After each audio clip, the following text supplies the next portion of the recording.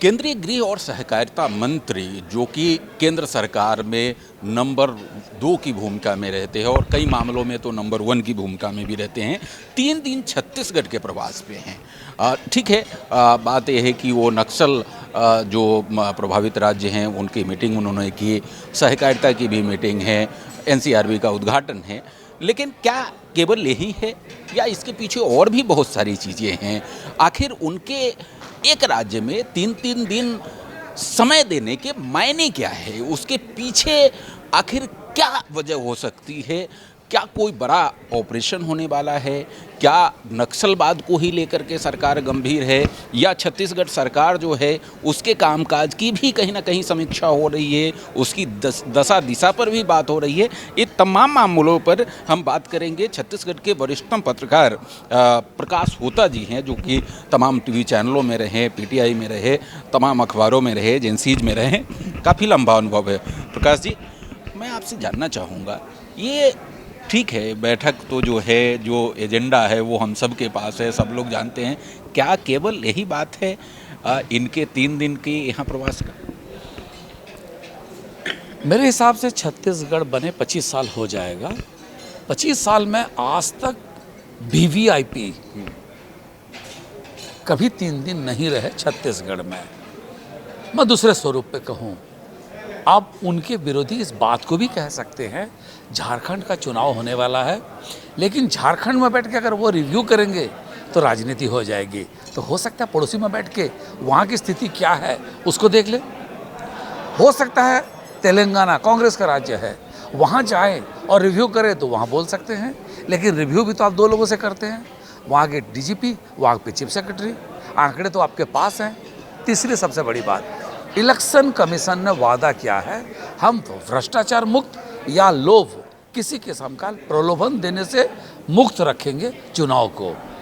दूसरे शब्दों में अगर कहा जाए, जो पैसे का खेल होता है चुनाव में, उसको रोकने का काम गृह मंत्रालय का है। तो क्या उसी कड़ी में होगा? क्योंकि आने वाले दिनों में महाराष्ट्र में भी चुनाव है, अभी झारखंड में भी चुनाव होने वाला है, तो क्या उस स्वरूप पे भी देखा जाए? ये राजनीतिक स्वरूप पे आकलन कहा जा सकता है, या दूसरे शब्दों में कहें, अफवाह की बाजार बहुत गर्म है इन मुद्दों को लेके। दूसरी तरफ से जैसे अमित शाह ने खुद कहा कि अगर स्ट्रेटेजी रणनीति की बात है, मैं सार्वजनिक बयान थोड़ी करूंगा, कभी नहीं होता, लेकिन बॉडी लैंग्वेज से होता है। उन्होंने 2 शब्द कहे। पहली बात उन्होंने कहा कि देखिए, हम अपील करते हैं आपसे कि आप हथियार त्याग करके आ जाएं। ये देश के पहली बार हो रहा है कि किसी केंद्रीय गृह मंत्री ये कह रहा है, भाई तुम हथियार त्याग दो, आ जाओ, नहीं आओगे तो फिर हम रुथलेस यानी निर्मम होकर कोई भी कदम उठाएंगे, यानी कि सीधा ठोकेंगे। तो आज की बैठक का एक भी मामला समझा जाए कि एक तो उन्होंने टारगेट ले लिया है, बड़ी बात है किसी भी गृह मंत्री के लिए ये कहना कि हम अप्रैल 2026 तक इसको ख़त्म कर देंगे, ये एक बड़ी बात है। क्या इसकी रणनीति यहाँ 7 राज्यों के साथ मिलकर के बनी होगी? कोई बड़ी स्ट्रैटेजी बनी होगी? माओवादियों के खिलाफ कोई बड़ा एक्शन होने वाला है, ऐसा लगता है? देखिए, माओवाद एक ऐसा चीज़ है जो शुरुआत हुआ 1964 को नक्सलबारी से, और जो पहला हत्या हुई वो था फणींद्रनाथ पाइन करके फांसी देवा पुलिस स्टेशन का। जिसको मारे उस वक्त के नक्सलियों ने, वो धनुष और तीर से मारे, ना कि AK-47 से। आज उनके पास क्या हथियार है? अभी पता चला कि उनके पास बंकर भी है, रॉकेट लॉन्चर भी है, उनके पास वो सारे अत्याधुनिक हथियार है। तो जब जब कोशिश की गई उनको ख़त्म करने की, ये एक इज़म है। इज़म मतलब ये एक विचारधारा है। विचारधारा को आप ऐसा नहीं है कि आप ख़त्म कर दोगे। राष्ट्र में, जब पोलैंड में, देश में, जब USSR रसिया जो सबसे बड़ा कम्युनिस्ट कंट्री था, सोवियत रूस, वो गिर गया, लोग बोले वर्ल्ड में ख़त्म हो गया, पोलैंड में फिर खड़ा हो गया, वारसा में फिर आ गए, जीत के आ गए। अगर हम उसी हिसाब से देखें तो मैं किसी का वकालती नहीं कर रहा हूँ, मतलब ये बात मैं साफ कह रहा हूँ, लेकिन पूरे विश्व में निर्वाचित कम्युनिस्ट अगर कहीं थी वो थे केरला में। नमृतिपाद वो मुख्यमंत्री बने, एमएस नमृतिपाद, वो पहले इलेक्टेड कम्युनिस्ट थे, वो वर्ल्ड में भी नहीं था। तो कम्युनिज्म के दो धारा हैं, एक कम्युनिस्ट के अतिवादी, एक कम्युनिस्ट के डेमोक्रेट। तो डेमोक्रेट को तो ख़त्म नहीं कर पाए, लेकिन बहुत मात्रा में वो शिथिल हो गए। दूसरी तरफ है अतिवादी। अगर बीजेपी को देखें, बीजेपी राइट है और वो लेफ्ट है, एक उसी हिसाब से देखा जाए, ये वामपंथी वो दक्षिणपंथी ये कहा जाता है। तो लड़ाई जो है विचारधारा की है। तो निश्चित रूप से आप एक तय सीमा आप तय करते हो और कहते हो मुझे इतने दिन में इसको ख़त्म करना होगा, तभी आपके जो फोर्स हैं वो उस पर जान डालेंगे। आप अगर बोलोगे ख़त्म कर लो तो कभी ख़त्म नहीं होगा। सबसे बड़ी बात है, जिसके पास में हथियार है, जब तक आप हथियार को नहीं लोगे अपने पास, हिंसा रोक नहीं पाओगे। क्योंकि जिसके पास हथियार रहता है वो राशनल ढंग से नहीं सोचता। आप कोई भी हो, हथियार और बिना हथियार वाले का व्यवहार अलग होता है। तो जो माओवादी हैं उनके पास छोटे से लेके AK-47, 2 इंच मोटर, हर किस्म के हथियार है। तो वो हथियार जब उनके पास है तो वो शांति पे कैसे बात करेंगे। और एक बात याद रखिए संजय जी, आप विद्वान पत्रकार हैं, शांति और क्रांति एक साथ कभी नहीं चलता। आपको शांति चाहिए या क्रांति चाहिए। तो पहले माओवादी इसी का खेल खेलते थे, बोलते थे हम बात करेंगे। रामकृष्ण था, बात करने की बात की, लेकिन अपने संगठन का विस्तार करते रहे। अब सरकार को समझ में आ गया, अब बोला। तो अब ये बात उठ रही है कि क्या बोली और गोली एक साथ चल सकता है, किसी एक को चुनना होगा। आज की बैठक में वो रणनीति पर बात हुई जिसको अंजाम तक ले जाए, और तभी वो कह रहे हैं कि मैं 2026 मार्च तक का तय सीमा फिक्स कर रहा हूँ। यानी कि वो डिसाइड कर लिए रणनीति पे क्या होगी। लेकिन रणनीति अगर सार्वजनिक चर्चा में आ गया तो रणनीति काहे का, ये बाकी लोगों को समझने की बात। तो मतलब कुल मिलाकर के ये माना जाए कि स्ट्रैटेजिकली सरकार पूरी तरीके से तैयार है, मोर्चे पर तैयार है, सारे संसाधनों से लैस होकर के तैयार है, और आने वाले जो 1-1.5 साल है उसमें माओवादियों के खिलाफ बड़े पैमाने पर कार्रवाई होगी और निर्णायक कार्रवाई होगी।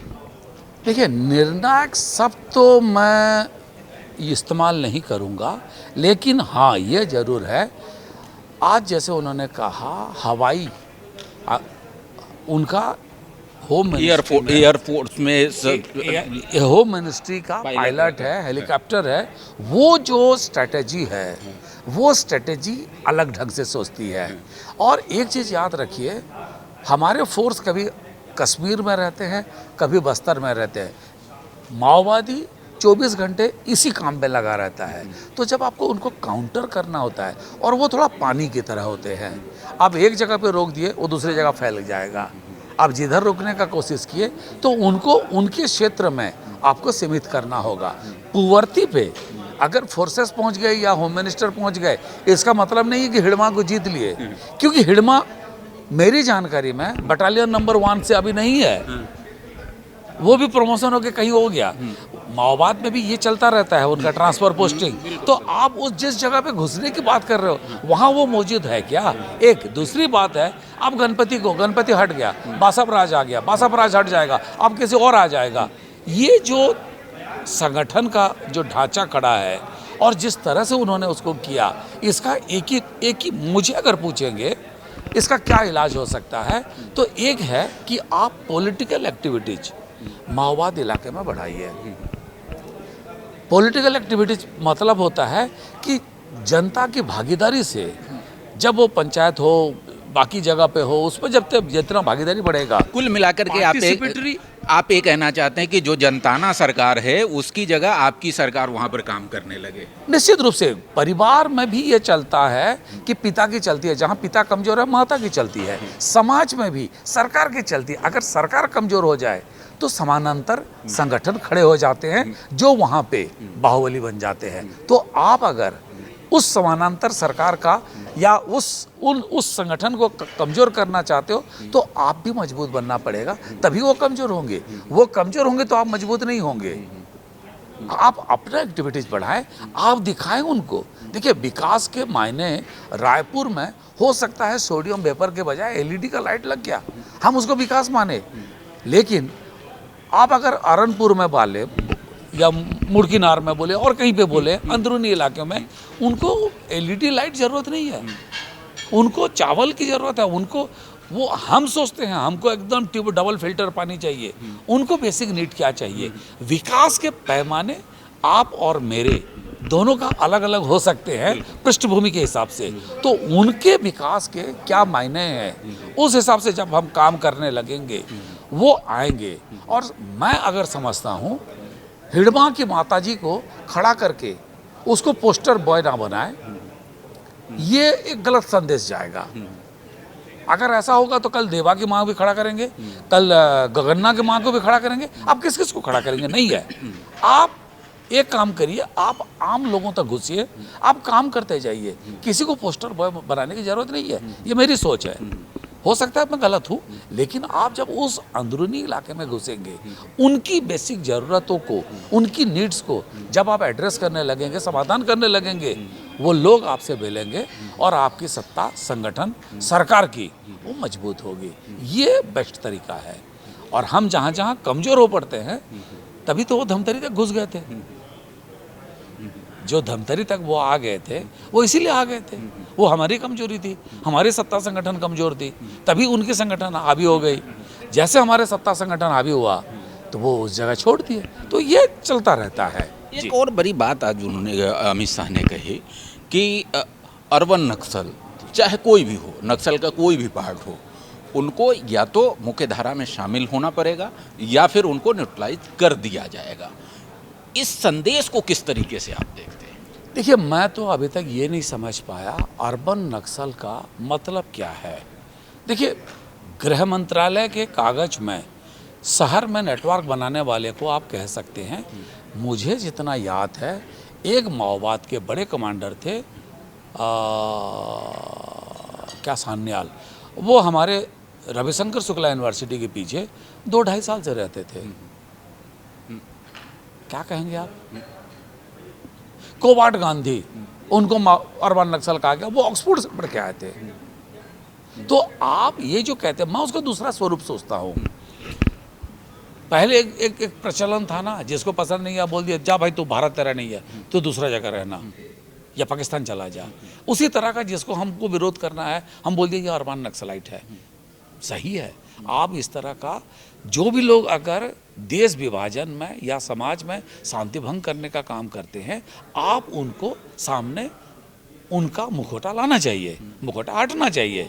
लेकिन अर्बन नक्सल का आप डेफिनेशन बता दीजिए, पहली बात। दूसरी बात है, मैं इसको दूसरे स्वरूप पे देखूंगा। संजय जी, आप एक बुद्धिजीवी पत्रकार हैं, कहीं समाज में कोई चीज़ देखते हैं, आप जाके उसका शिकायत करते हैं।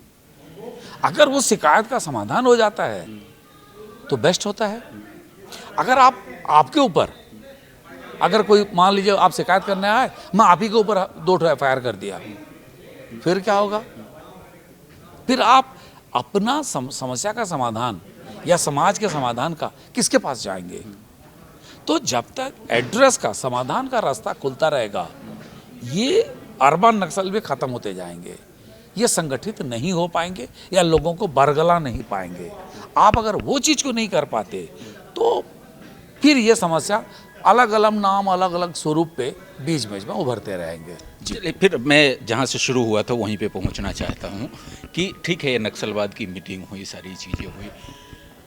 क्या आपने एक बात तो कही कि बगल में चुनाव होने वाले हैं, झारखंड में चुनाव होने वाले हैं, आने वाले दिनों में महाराष्ट्र में चुनाव होने वाले हैं, तो उसकी भी एक स्ट्रेटजी रही होगी इतने प्रवास के, 3 दिन के प्रवास के।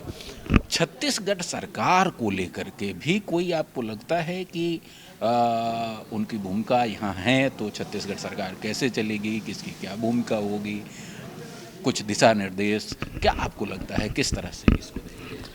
देखिए, अगर छत्तीसगढ़ सरकार को सच में एक चीज़ पे अगर मार्गदर्शन मिल रहा है अमित शाह और नरेंद्र मोदी का, तो फिर छत्तीसगढ़ का सौभाग्य है।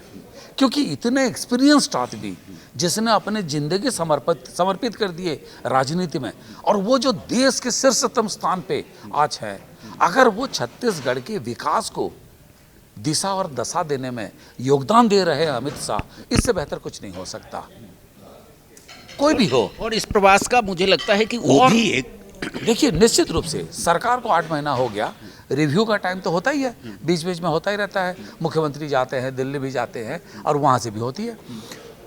अगर कहीं पे कई बार ऐसे होता है, और आप और हम दोनों भी अलग अलग संस्थाओं में कभी मुखिया रह चुके हैं, इसके बावजूद भी हम कभी कभी अटक जाते हैं और हम किसी से सलाह लेते हैं क्या करना है।